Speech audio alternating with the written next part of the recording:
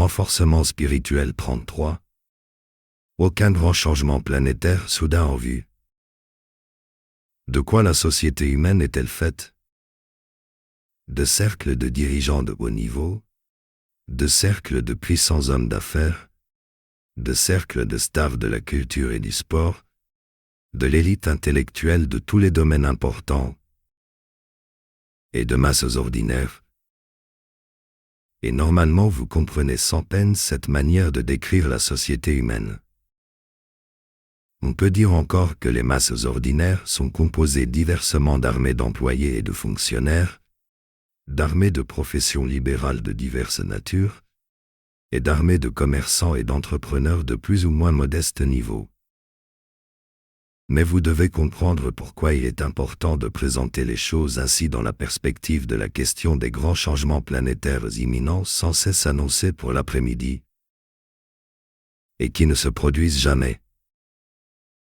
Quand les oracles de toute nature annoncent plus ou moins vaguement des changements planétaires imminents, ils ne font évidemment pas allusion à l'ordinaire des événements et des changements qui participent des projections normales des activités normales au sein de la société humaine.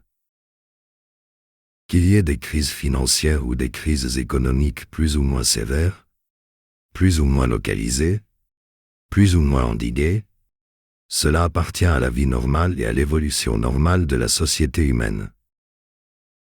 Cela appartient à la normale de la vie économique de la société humaine, et les cercles de dirigeants de haut niveau planétaire est immunisé contre tout risque d'effondrement.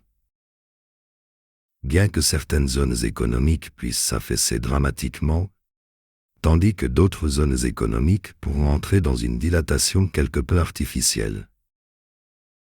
Mais si vous mettez en sourdine la tendance de certains médias et de certains critiques à tout dramatiser, vous n'avez là que de l'activité normale, et la stabilité globale du système économique planétaire est plus forte que jamais, grâce à la structure des banques centrales et grâce au mécanisme de garde-fou de l'annulation des dettes des États quand cela est nécessaire pour ne pas enrayer l'économie sur de trop grandes échelles. Il n'y aura aucun abandon généralisé du principe de l'argent avant encore plusieurs milliers d'années, et il n'y aura aucun effondrement total de l'économie, certaines industries s'effondrant, d'autres industries s'épanouissant. Comprenez le travail des cercles de dirigeants de haut niveau. Ils sont totalement conscients de leur mission, mieux que vous ne le serez jamais. Et leur mission est de gérer les problèmes systémiques et les problèmes contingents de la société humaine, et de garantir la viabilité générale de la civilisation. Vous pensez qu'ils pourraient résoudre tous les problèmes s'ils le voulaient. Et vous pensez même parfois qu'ils créent les problèmes. Et c'est parce que vous ne comprenez pas la nature fondamentale et l'origine fondamentale des problèmes. La nature humaine est fondamentalement imparfaite, et son modeste stade actuel, social est dans tous les domaines de la dynamique sociale. Cela génère un grand nombre de problèmes systématiques et de problèmes contingents, à toutes les échelles. Tenir ces problèmes en respect, et trouver des solutions temporaires viables afin d'assurer la préservation de la viabilité générale de la race et de la société. C'est le travail des cercles de dirigeants de haut niveau. Comme ils ne disposent que d'un pouvoir conventionnel, ils ne feront évidemment pas de miracle. Mais ils font leur travail. Les cercles des puissants hommes d'affaires sont évidemment occupés à conquérir et à entretenir des niveaux élevés de pouvoir financier. Lequel pouvoir financier fonctionne en définitive comme une modulation du pouvoir conventionnel, mais une modulation plus ouverte et plus souple que le pouvoir conventionnel en tant que tel. Le pouvoir conventionnel du directeur général d'une banque centrale ou du président d'une grande nation se présente sous des formes plus restreintes que le pouvoir financier d'un milliardaire, et le pouvoir conventionnel du directeur général d'une banque centrale est déjà plus élevé que le pouvoir conventionnel du président d'une nation, même grande. Est-ce que les cercles des puissants hommes d'affaires s'occupent d'essayer de diriger la société humaine? En réalité non, pas du tout.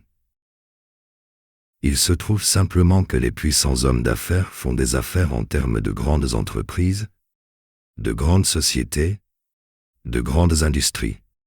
Exemple, des dizaines de milliers de personnes dans une ville peuvent se retrouver sans emploi, en effets directs et en effets indirects.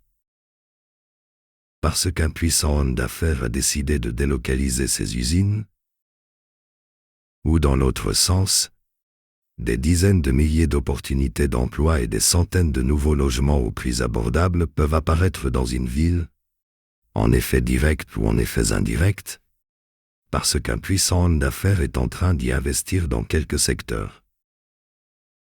Quand un milliardaire ou quand un multimillionnaire se sont constitués un patrimoine d'actifs qui génère beaucoup d'argent et qui montre une bonne stabilité, ils peuvent s'intéresser à la perspective d'aider à gérer certains problèmes systémiques ou contingents. Et c'est là qu'ils créent ou financent des fondations. Et ces fondations peuvent avoir plus de puissance financière que des ministères d'État et des institutions d'État. Sinon, à un niveau fondamental, les puissants hommes d'affaires et toute personne qui s'intéresse sérieusement à gagner beaucoup d'argent conçoivent la puissance financière comme un bien à part entière, et l'accumulation d'une fortune colossale représente un bien en soi. Cette manière de voir les choses peut évidemment échapper à nombre de personnes, ce qui est normal. Mais toute personne qui comprend correctement la vraie nature du pouvoir financier sait que le pouvoir financier représente la puissance d'accès à toute variété de biens et de services. Et la solidité de leur position dépendent du maintien en l'état de la structure systémique globale et de la dynamique contingente globale. Mais vous ne comprenez pas réellement ce que cela veut dire, alors nous allons donner une petite explication. Vous ne pouvez être ultra riche que dans un système de société intégrant l'inégalité dans son schéma fondamental, et cette inégalité systémique participe de nombreux problèmes. Si vous vous servez de votre puissance financière pour résoudre cette inégalité systémique ou pour résoudre les problèmes dont elle participe, vous allez perdre votre puissance financière dans ce processus.